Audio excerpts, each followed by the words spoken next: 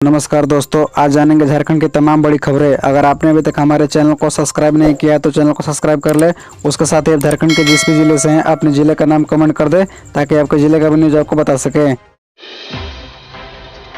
सरकारी स्कूल के टीचर्स को बायोमेट्रिक अटेंडेंस लगाने पर ही मिलेगी सैलरी, डीएससी ने जारी किया पत्र। दरअसल आपको बता दें कि सरकारी स्कूलों में कार्यरत शिक्षकों की बायोमेट्रिक उपस्थिति में धनबाद का राज्य में 23वां स्थान है। बायोमेट्रिक उपस्थिति नहीं बनाने वाले ऐसे शिक्षक का वेतन रोकने का निर्णय लिया गया है।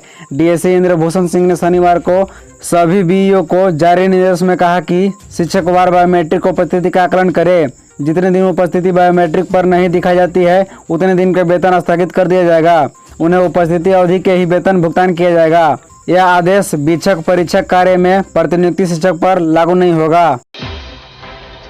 पशु तस्करों ने जानबूझकर मारा ऐसे संदिग्ध टोपनों को, मामले का हुआ उद्भेदन।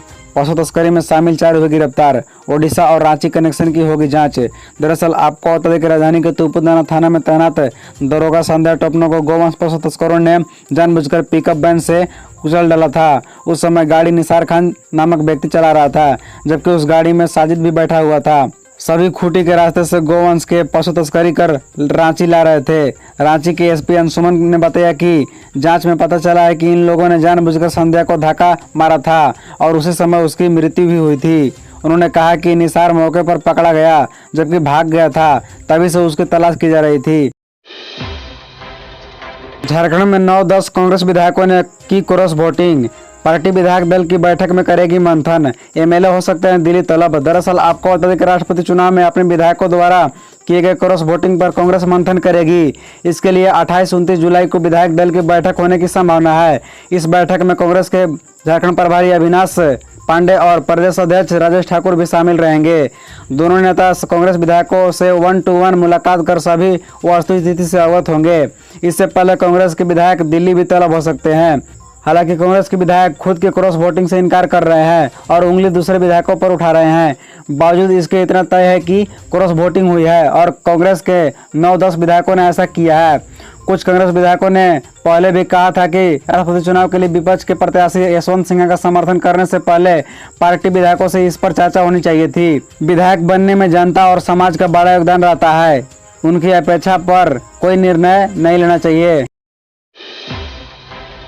महामहिम राष्ट्रपति द्रौपदी मुर्मू के दोस्त असमंजस में बोले, अब तू कहूँ या आप समझ में नहीं आता। दरअसल आपको बता दें कि द्रौपदी मुर्मू सोमवार को देश की पहली आदिवासी राष्ट्रपति के रूप में शपथ लेगी। उनके पड़ोसी या दोस्त द्रौपदी मुर्मू के राष्ट्रपति बनने पर खुश है। हालांकि वे इस बात को लेकर असमंजस में है कि अगली बार जब द्रौपदी मुर्मू से उनकी मुलाकात होगी तो उन्हें कैसे संबोधित करे।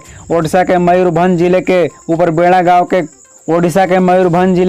बेड़ा गांव के किसान रामचंद्र मुर्मू ने कहा कि नवनिर्वाचित राष्ट्रपति के गृह नगर में सभी को उनकी उपलब्धियों पर गर्व है, लेकिन मैं असमंजस में हूं कि अब जब उनसे मुलाकात होगी तो उन्हें क्या कहूं, तू कहूं या आप।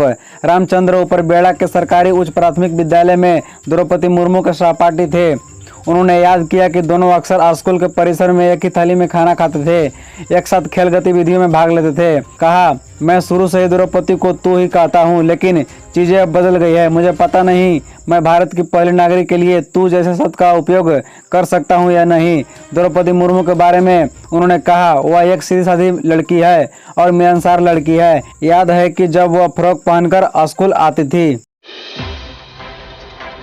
हेमंत नहीं तो कौन, झामुमो के ट्विटर हैंडल में बदली गई प्रोफाइल तस्वीर। झारखंड में राजनीतिक अटकलें तेज है। दरअसल आपको बता दें कि राष्ट्रपति चुनाव के बाद राज्य में राजनीतिक समीकरण में बदलाव की संभावना के बीच रविवार को झारखंड मुक्ति मोर्चा की लगभग 1 दर्जन जिला इकाइयों के आधिकारिक ट्विटर हैंडल पर बदली गई प्रोफाइल तस्वीरों को लेकर अटकलों का बाजार गर्म रहा।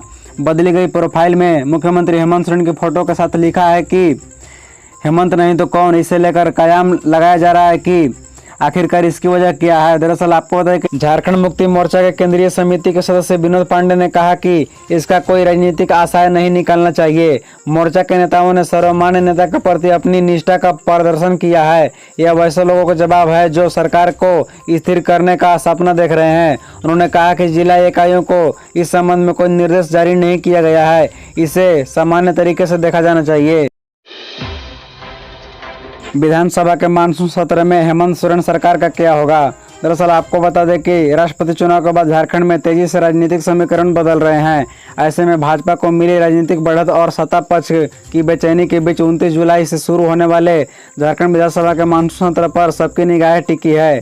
कार्यअवधि के लिहाज से यह सत्र भले ही छोटा दिख रहा है, लेकिन इस सत्र के दौरान होने वाली हलचल झारखंड में आने वाले महीनों सालों की सियासत पर रुख तय करेगी। राष्ट्रपति चुनाव में हुई क्रॉस वोटिंग के बाद से सत्ता का पक्ष में बेचैनी बढ़ी है।